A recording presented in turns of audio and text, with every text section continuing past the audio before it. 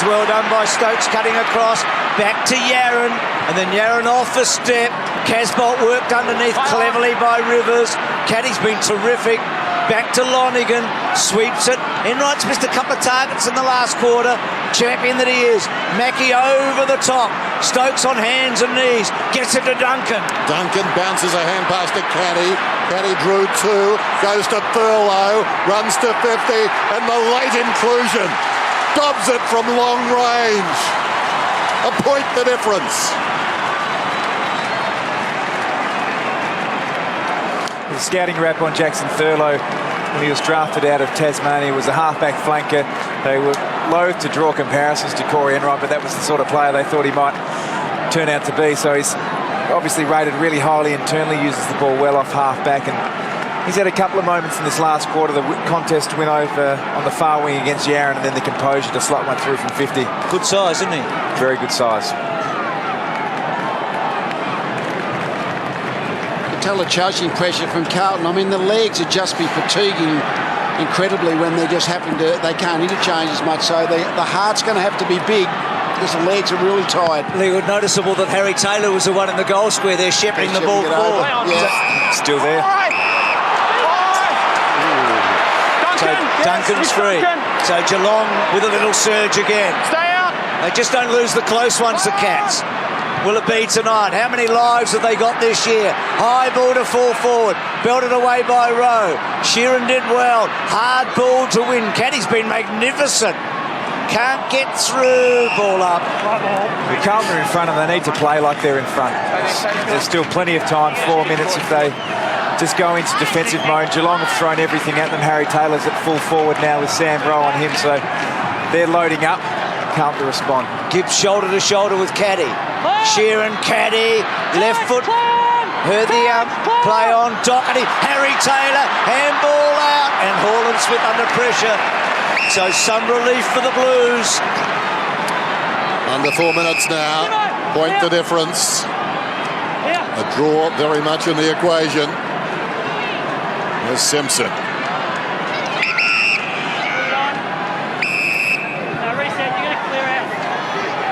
Can't come in until he plays on. The bailout kick to Casbolt's not a bad option. Stay back protected area until it play on. So who's he talking to? I hope a Carlton player. I'm sure he is.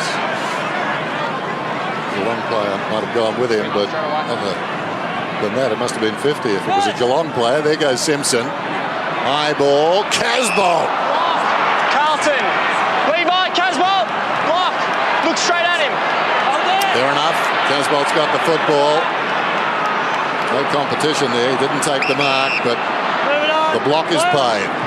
Casbolt hugs the line then. High ball from behind. A big leap. Weight got hands to it. Couldn't hang on. Barco got the crumb. Selwood breaks into clear air now. Runs inside the centre square. Over the top to Kelly. Kelly kicks inside the forward 50. Moving quickly, Christensen. Doherty was it hands in the back. The umpires thought about it and decided it was hands in the back. Gee, that was a slow coming whistle. That's another one where the midfield umpire paid the free kick and the forward 50 umpire did not. His arms are up high to mark the ball. Yours are in his back. That's incidental contact, in my opinion. It's not really chopping of the arms. No, he didn't get it properly, you know, it wasn't a... So Christensen to tie it or grab the lead for the Cats. And he's done the latter. He's put it through. What a huge free kick it was. Christensen's got his second. And it's 81-76, under 3 minutes. Well, if the night's anything to go by, expect Carlton to come back hard. I was thinking the same thing. This is ridiculous, but I reckon Carlton was in a better position now than they were a minute ago.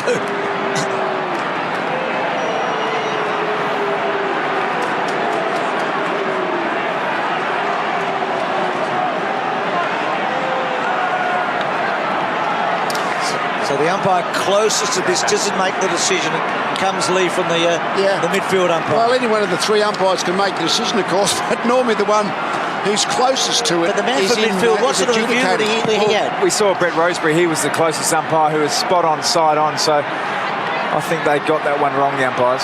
Gibbs can't get it out, and the ball up. Yeah, he was in the centre circle when he played that free kick, just about. He's a long way from the footy. And the angle would have been difficult, Richo, but still, magnificent match we've seen. Is there another twist and turn? Lead changes galore. Well, they need to get on the move now, Carlton. They need to get some bursts through the stoppage. That's right. Well, right now, that's exactly what the Cats want. They want stoppage after stoppage. So it almost has to be third man up and get it to space, like Simpson tried to do there. Carazzo had to dish it off. Duncan was strong there. Graham got into Guthrie's back, I reckon. And there's a loose player back too now. Rivers is loose back, so it's going to be hard to get through for the Blues. Straight back here. So some dare and run for the Blues and some clean footy. Geelong by 5 points. Christensen went without it. Battling hard as Blick's arms, but he can't force his way out of there. They'll have a ball up. Well, Rivers is deep back, and then Kelly's almost contest coverage, so they have got the numbers behind the ball, and there's Kelly there. Ball and Smith, Kelly. Blick's arms did well on the right. Knocked it wide, and his teammate ran onto it, close to the boundary line. Taken across by Doherty.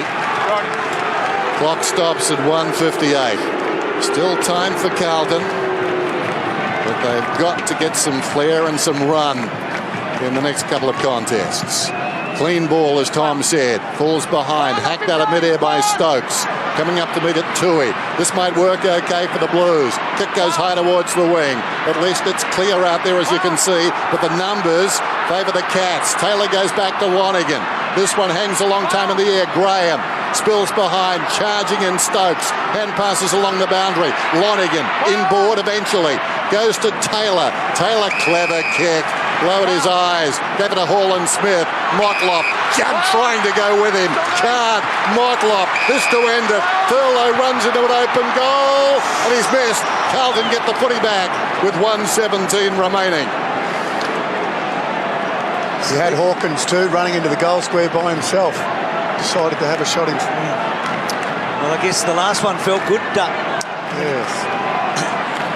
So, can Carlton get a goal and these two teams draw for the first time since the 1962 prelim final? That's how long it's been.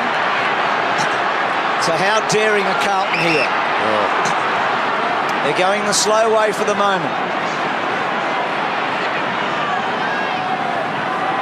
Tui. Still time, but not much now. They can't let Geelong get the ball from this point on. It's a huge ask to expect your tall key position players to run all the way across and provide targets. Well, that's an awful result, I think.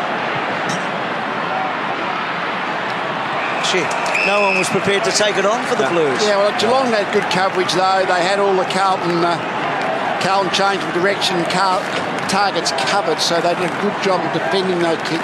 When they first got the footy, Murphy was on in the middle, and they chose not to go there. That was Doherty, good young player, but either we didn't see him or didn't have the nerve. Carranza, who's been brilliant, goes to Simpson. We're down to 22 seconds, goes to the other side, and Graham. Everything needs to be perfect now. Graham lays it off. A lot of responsibility for the second gamer. Sheehan goes down towards half forward, and that's the ball game. Rivers reaching over the top. Kicks it out wide, and Kirsten takes the mark. Rarely seen tonight. Could finish up with a footy on the siren. Life's funny like that. It's all over. Geelong win by 6, and another terrific game on Friday Night Football. The Cats are home.